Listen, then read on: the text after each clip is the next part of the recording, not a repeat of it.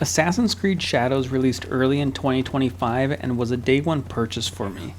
In this video, I want to talk about my experience playing through the game and walk you through each trophy in the order I unlocked them to provide some context and advice on how to earn them yourself.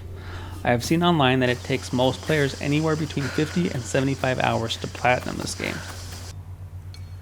Immediately after earning the platinum trophy, I went into the menus to manually save my game so I could get an accurate number of hours played to earn it.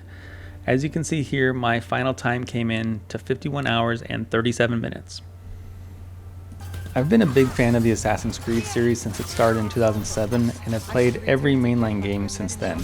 In fact, AC Origins was the second platinum trophy I had ever earned and really kick-started the trophy hunting side of gaming for me. I have always looked forward to the next release in this series and was excited for the launch of Shaddows this year. The platinum trophy for this one is pretty easy to obtain, especially compared to previous games in the franchise. Overall, I would say Assassin's Creed Shadows is a very good game. Unfortunately, it just didn't grab my attention in the way previous AC games have. I'm used to falling in love with these games and having it be the only thing I play until I finish it. For Shadows, I've been slowly chipping away at it since its launch on March 20th, 2025. I took several breaks to play games that I found much more interesting, like Expedition 33 or Death Stranding 2.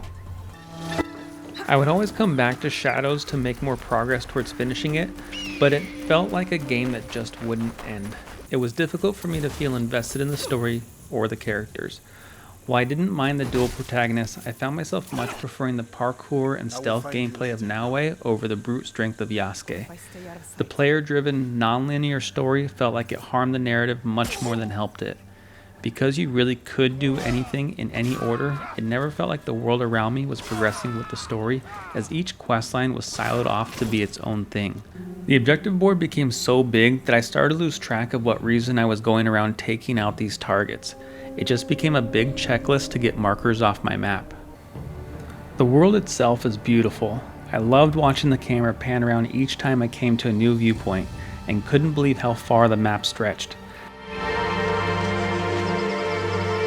Unfortunately, as great as everything was to look at, navigating it ended up being a hassle. If you strayed from the main roads, you would find that you could not traverse many of the mountains or hills. I learned pretty early on that I had to rely on the Pathfinder feature in order to get to my destination, and would have just followed the white line in front of me. It isn't absolutely necessary to use, but if you choose not to, be prepared to be opening up your map frequently or backtracking because you took the wrong fork in the road.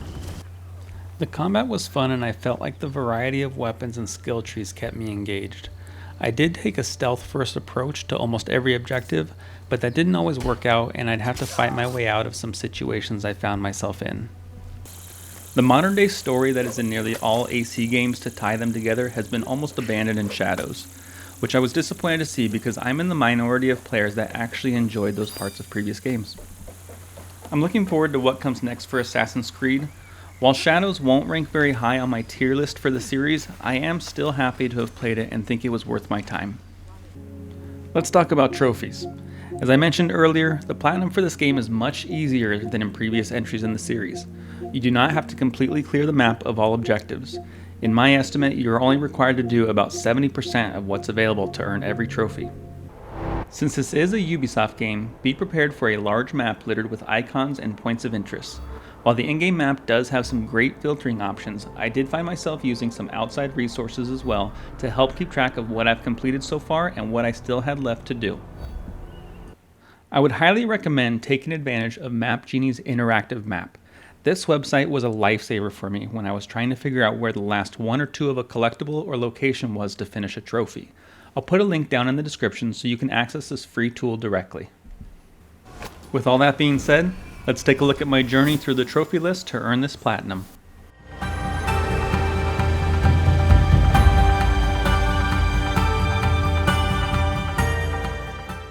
Holding R1 or R2 during combat will charge up a stronger posture attack for both Naoe and Yasuke. You'll know it's fully charged when you see a brief shine to your weapon. Using one of these posture attacks on a low health enemy has a chance to trigger a finisher. You'll receive the trophy Adept Samurai the first time you do this with Yasuke, which I did immediately during the opening of the game.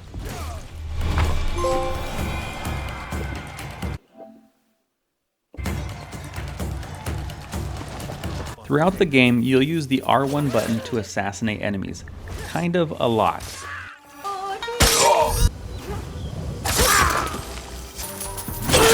The first one you do during Naoe's tutorial will give you the trophy Adept Shinobi.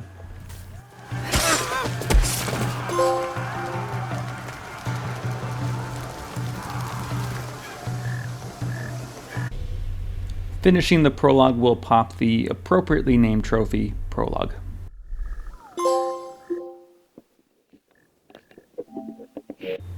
The next automatic story-related trophy will be Soul Sanctum for unlocking the hideout.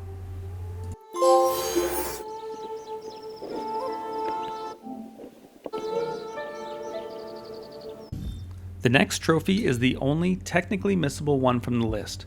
You will want to make sure you have the guided exploration mode turned off in the settings so that objectives are not automatically marked on your map. Review the clues for one of your mission objectives and then send a scout to that area of the map. If done correctly, you will reveal the quest marker and earn the trophy Scouting Mission.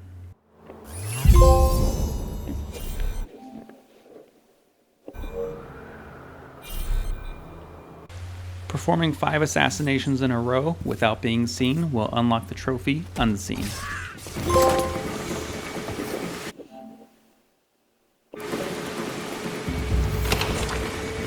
The Warrior Monk is an automatic story-related trophy you receive when meeting Yaya.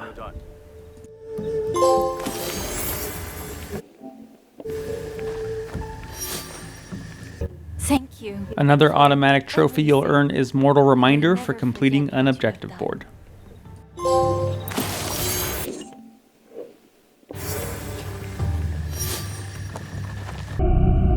Over the course of the game, you will recruit 6 different allies to join your cause by completing their follow-up quests.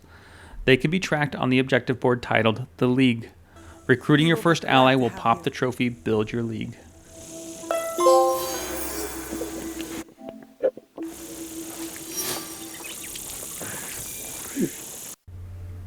There are 3 different weapon types that Naoe can use, and each has its own unique assassination ability. Equipping a katana and learning the Shoji Door assassination ability will give you the opportunity to earn the trophy Master Shinobi for assassinating an enemy through a Shoji Door.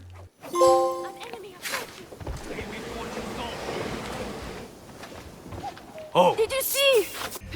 The Hook, Line, and Swinger trophy is earned by staying airborne by swinging from one grappling point to another. There are a few times throughout the game where you'll be able to accomplish this. I was able to do it while completing a Hidden Trail side activity.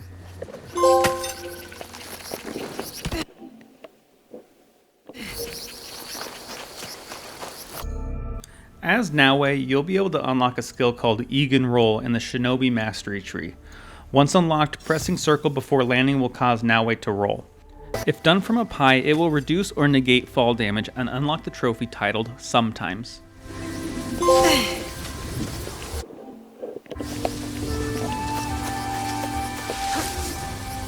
After defeating 3 members of the Shinbakufu, you will finish Act 1 and receive the trophy A New Lague Rises.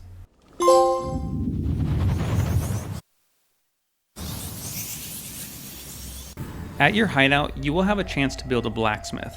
Upgrading it to level 2 will give you access to the engravings menu. Interacting with the blacksmith and engraving your first weapon will reward you with the Make It Personal trophy.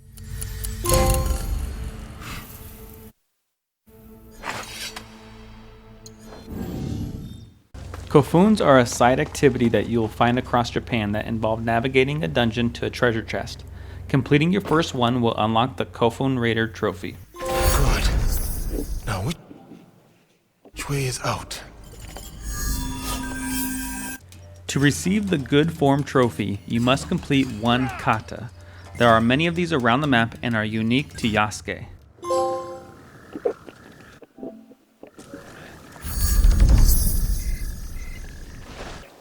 Genojo is another character that can be recruited to your league. Upon meeting him, you will get the trophy The Thief. This is story related and cannot be missed.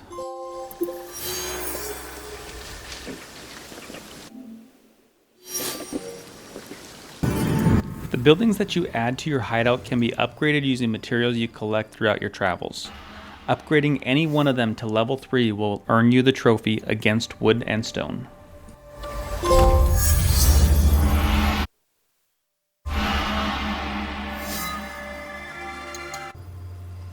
The next trophy I unlocked was Front of the Pack for fully training an ally. As you recruit these allies to your group, you are able to train them at an upgraded dojo. With a level 3 dojo, you can upgrade your ally to Initiate, then Veteran, popping the trophy.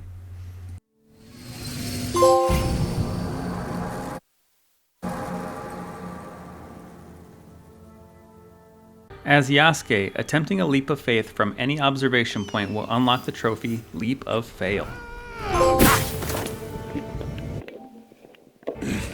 That was not ideal. Ibuki is another future recruit that will unlock the trophy the Ronin after meeting him.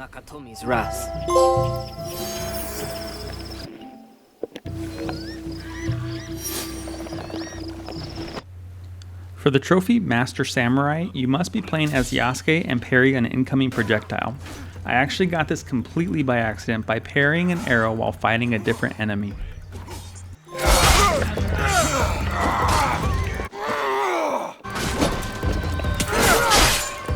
While swinging from a grappling hook, performing a leap of faith into some hay or water will net you the trophy Acrobatics.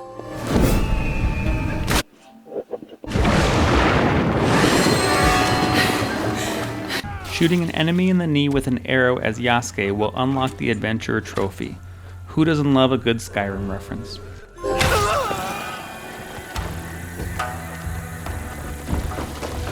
Equipping a piece of legendary gear into each equipment slot for either character will give you the Better Than a Bucket trophy. A legendary mount is not required. You do not need to go out of your way to find legendary equipment, as you will receive many pieces throughout your playthrough. Just make sure you don't sell anything.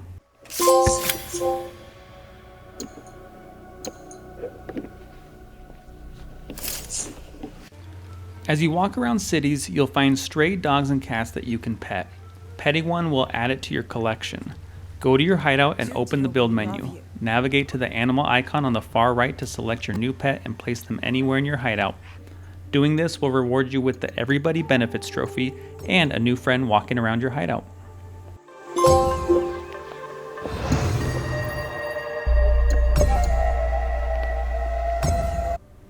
To earn the Just Your Shadow trophy, you must distract the same enemy 3 times with Shinobi Bells. You must be playing as Naoe and have unlocked the Shinobi Bell skill in the Tools Mastery tree. Use your tool menu with L2 to throw a bell and distract an enemy. Wait for the investigation icon above them to disappear before throwing your next one. After distracting the same enemy a 3rd time, the trophy should pop. What's that? Something's out there. Tell me what. This next trophy can be earned as Naoe after unlocking the Shallow Water Breathing skill in the Shinobi Mastery tree. You must alert enemies enough to chase you, then escape from them by lying prone in shallow water. This is done by holding square and not moving. Naoe will automatically use a breathing reed to stay underwater. Once the enemies give up the chase, you will be rewarded with the Reading is Fundamental trophy.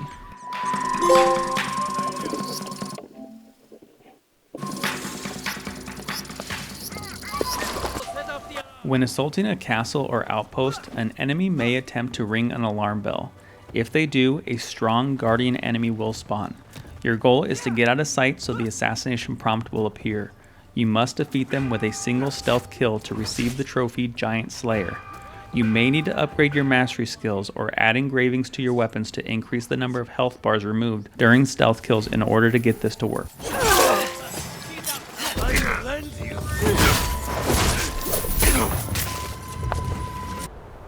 The story will take you across all 9 major provinces of Japan.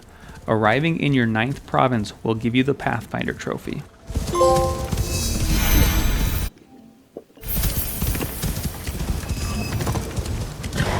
You will automatically meet Katsuhime during the main quest in Act 2 and unlock the Sharpshooter trophy. Time to head to Sakamoto. Shote will be waiting. The trophy, a rare occurrence, will likely be the most frustrating one you will have to deal with, but with a little planning, you can get this one out of the way early. While out in the open world, you will see an icon appear on your compass if there is an animal nearby that Naoe can paint a picture of. For this trophy, you must find and paint pictures of 5 legendary Sumii. These legendary animals appear at specific locations, but only under strict circumstances surrounding the season and time of day. Unfortunately, I do not have footage of me completing the painting of each animal, but this is a perfect opportunity to use the interactive map from Map Genie I mentioned earlier to show you where these can be found and the criteria needed to be met in order for them to spawn. I would highly recommend making note of these early on in the game so that you can make them a priority during each season change. I would stop whatever I was in the middle of doing and get to their spawn locations as soon as possible. This can be made even easier if you preemptively unlock fast travel near each location so you can get there quickly.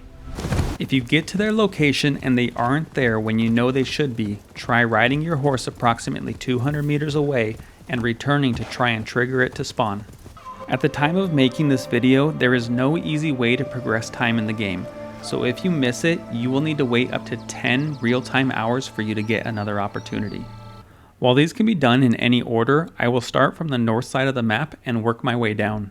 During the day in winter, go to the Wakasa region marked here to paint the legendary crane.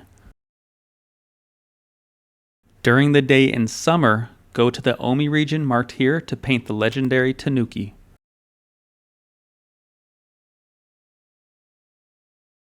During the evening in any season, go to this marked location in the Yamashiro region to paint the legendary monkeys. During the evening in spring, go to the Yamato region marked here to paint the legendary deer. During the evening in autumn, go to this marked location to paint the legendary fox. The trophy should pop as soon as you paint the final legendary animal.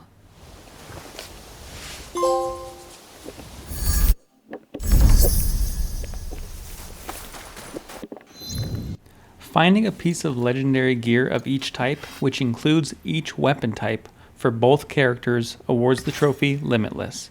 You do not need to go out of your way to earn this. You will receive at least one piece of legendary gear of each type throughout the story.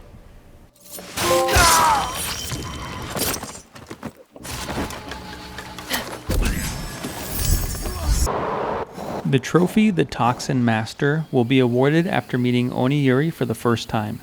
You will want to look for the side quest Sweet Lies in the northern part of Wakasa to begin this side quest line and recruit her. Oniyuri, what are you hiding? The next trophy I unlocked was back at the hideout for adding a Sumi-e painting to the wall of the study. After crafting the study building, customize one of the stations to a wall station and apply your choice of painting.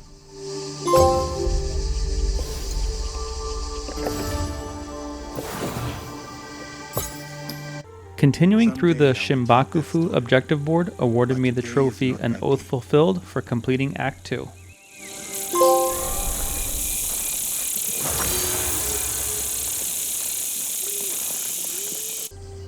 Finishing out that same Shinbakufu objective board for completing all 12 targets popped the Death Blossom trophy.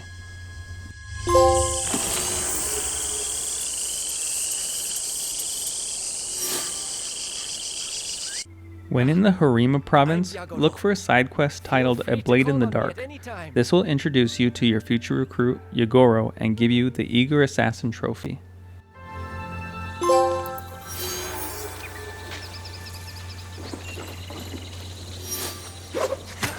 Act 3 will be complete once all 12 Shinbakufu members have been defeated and all quests for Naoe, Yasuke, and Junjiro have been finished. Once you've completed all of these story requirements, you will be awarded the Fall of the Shinbakufu trophy. At last. I am honestly not sure how I feel. After finishing Act 3, travel back to your hideout to complete one last League quest for the trophy Epilogue. Protect its people.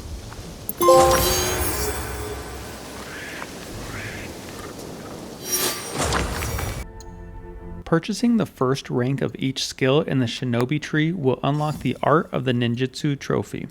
It's important to note that this will require Knowledge rank 6. Additionally, 2 of these skills are locked behind side quests. If one of your skills is locked, selecting it should point you to the objective board that needs to be completed in order to unlock it. Once all Shinobi mastery skills were available to me, I refunded all of my points in another tree to make sure I had enough to complete the Shinobi tree and unlock the trophy. Once done, I redistributed the points back to where I wanted them.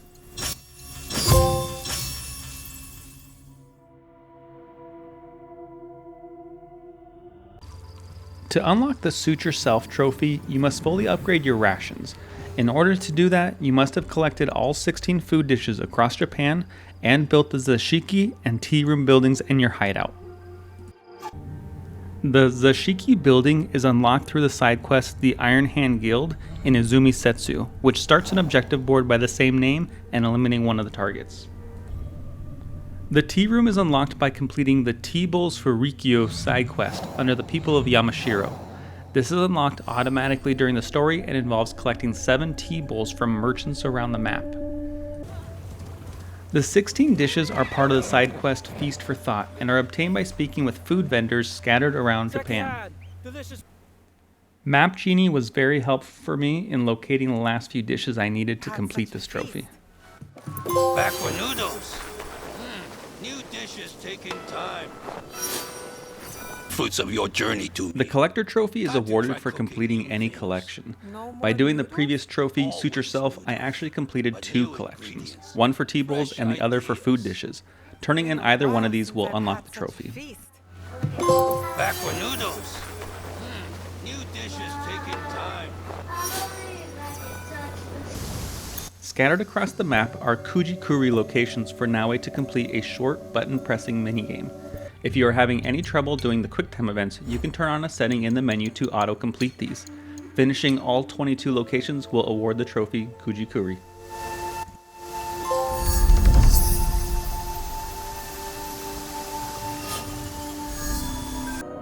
In Yasuke's Samurai Mastery Tree is a skill called Samurai Stand. You must be at Knowledge Rank 4 and have completed the Nobutsuna's Student's Objective Board. Activating the skill during combat will make every attack you do a posture attack for 10 seconds. Activate this and kill either a single enemy or the last enemy of a group to perform a finisher. This should unlock the trophy Unstoppable.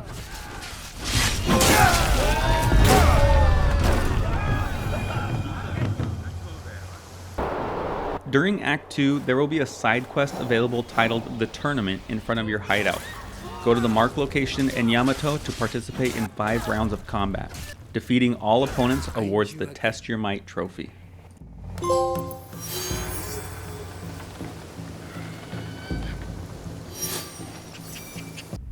Purchasing the first rank of each skill in the Samurai Tree for Yasuke will unlock the Art of the Kenjutsu trophy. This will require Knowledge Rank 6. Additionally, 2 of these skills are locked behind side quests for Nobutsuna's students and Fallen Soldiers objective boards. If one of your skills is locked, selecting it should point you to the objective board that needs to be completed in order to unlock it. If you do not have enough mastery points available, you can refund points from another tree to unlock the trophy, then redistribute them back to your preferred skills afterwards.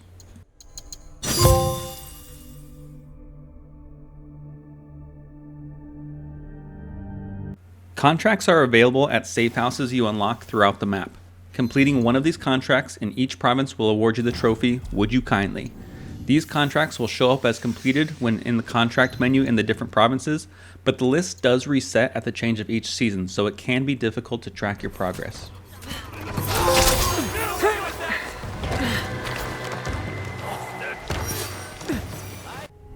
In Yasuke's Samurai Mastery Tree is the ability War Kick.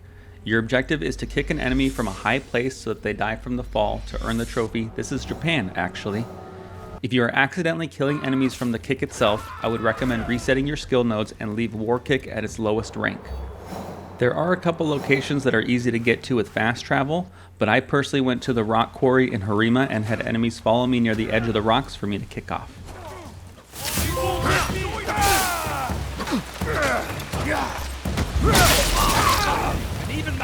For the trophy Final Hearing, you must sheath your weapon immediately after an enemy dies from bleed. You need to make sure you are using a weapon that has the bleed status effect by looking at the stats on the weapon. You need to attack the enemy until the bleed icon is full from your attacks and quickly finish them off as the effect does not last long. After landing the final hit, hold right on the D-pad to sheath your weapon. If your enemies are dying too quickly, try using a lower level weapon to give you enough time to apply the bleed effect before killing them.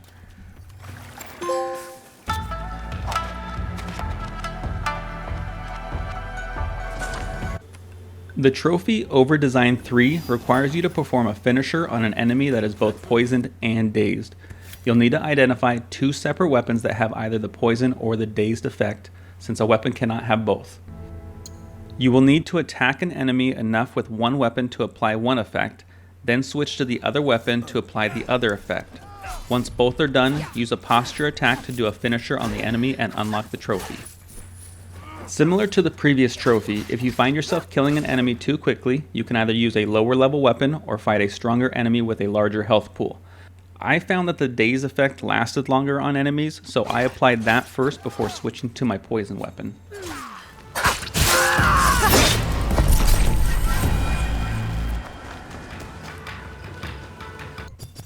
Fully upgrading your tools and ammunition will pop the trophy in case of trouble.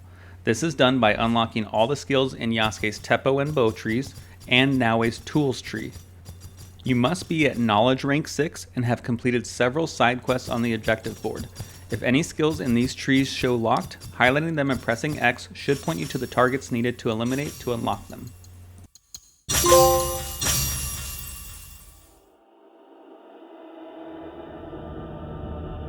This trophy can be unlocked as soon as you reach your hideout in the story, but I saved one of the easy ones for last. Going behind the waterfall in your hideout will give you the trophy Made You Look.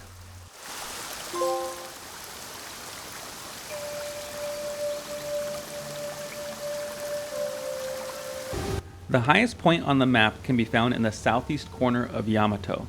Synchronizing this viewpoint unlocks the trophy Happy Place, and for me, a beautiful view for my Platinum trophy. I've seen the top of the world.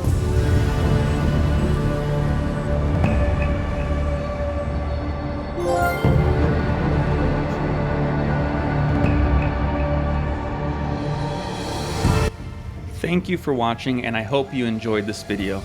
If you're interested in seeing similar content in the future, please consider liking the video and subscribing to the channel. If you have any recommendations on what you'd like to see me play next, please let me know in the comments below.